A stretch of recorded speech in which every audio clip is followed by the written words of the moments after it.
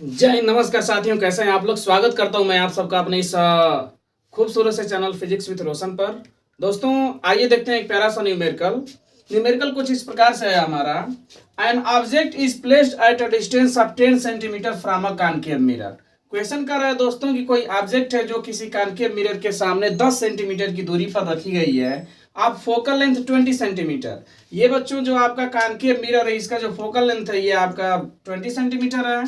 अब कह रहा है कि ड्रा अ रे diagram for the formation of the image. इसके द्वारा ये जो आपका कॉनकेव मिरर जो इमेज बना रहा है उसका रे डायग्राम ड्रा करना है। कैलकुलेट द इमेज डिस्टेंस, कितने डिस्टेंस पर इमेज बनेगा उसको हमको फाइंड आउट करना है। और सी ऑप्शन है दोस्तों, state to characteristics of the image form. आपका इमेज कैसा बन रहा है, रियल बन रहा है, इन्वर्टेड बन रहा है या फिर वर्चुअल बन रहा है, इरेक्ट बन रहा है, इसको फाइंड आउट करना है। तो आइए दोस्तों हम लोग सॉल्व करते हैं इस क्वेश्चन को। सबसे पहले दोस्तों हमको क्या करना चाहिए, तो सबसे पहले दोस्तों हमको गिवन इंफॉर्मेशन लिखना चाहिए।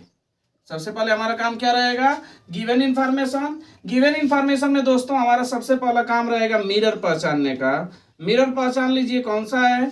मिरर है दोस्तों आपका कॉनकेव मिरर। मिरर कौन सा है, कॉनकेव मिरर है। जैसे ही दोस्तों कॉनकेव हुआ तो जो आपका फोकल लेंथ होगा साथियों ये आपका क्या हो जाएगा, माइनस में आएगा।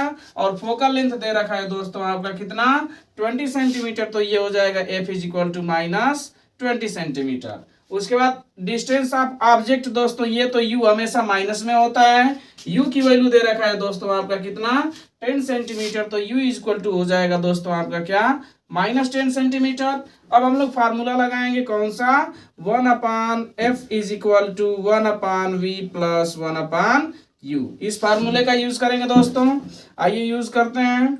-1/20 इज इक्वल टू 1/v और आपका माइनस हो जाएगा 1/10।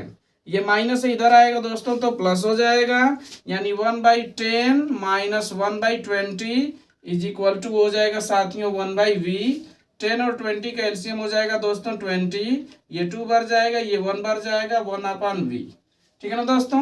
जब इसको सॉल्व करेंगे तो 1/20 इज इक्वल टू 1/v, या फिर साथियों यहाँ से हमारे v की जो वैल्यू आ गई ये कितना आ गई, 20 सेंटीमीटर।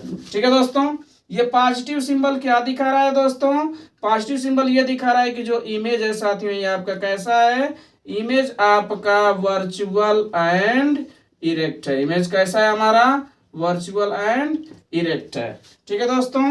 उसके बाद आइए और एक चीज, कॉनकेव मिरर है दोस्तों, वर्चुअल एंड इरेक्ट बना रहा है तो इमेज कैसा होगा, इन लार्ज होगा, यानी कि ऑब्जेक्ट से बड़ा बनेगा साथियों। ठीक ना। तो ये इसका दो कैरेक्टरिस्टिक्स हो गया, virtual and erect. Image distance हो गया आपका दोस्तों 20 सेंटीमीटर। अब हमको रे डायग्राम खींचना है दोस्तों। तो रे डायग्राम के लिए याद रखिए कॉनकेव मिरर केवल एक ही कंडीशन में आपका वर्चुअल एंड इरेक्ट बनाता है, वह दोस्तों आपका लास्ट कंडीशन होता है जब आपका ऑब्जेक्ट पोलर फोकस के बीच रखी होती है दोस्तों। तो उसी को हम लोग यहाँ पर ड्रा कर देंगे।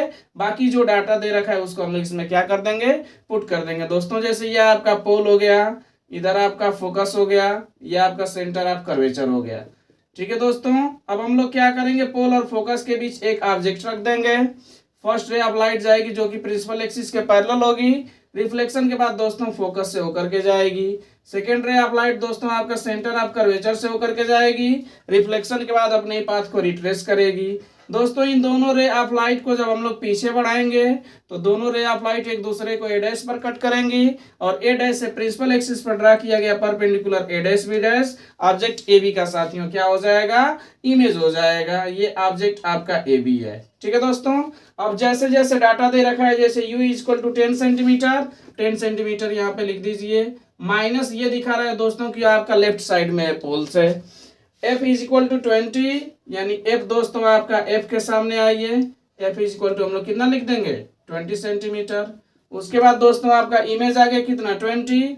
तो इमेज डिस्टेंस भी दोस्तों आपका कितना हो जाएगा, 20 हो जाएगा। तो ये था दोस्तों क्या इस क्वेश्चन का प्रॉपर सॉल्यूशन। आई थिंक आपको समझ आया होगा। अगर समझ आ रहा है साथियों तो please like share and subscribe. Thanks for watching. Have a nice day. Thank you.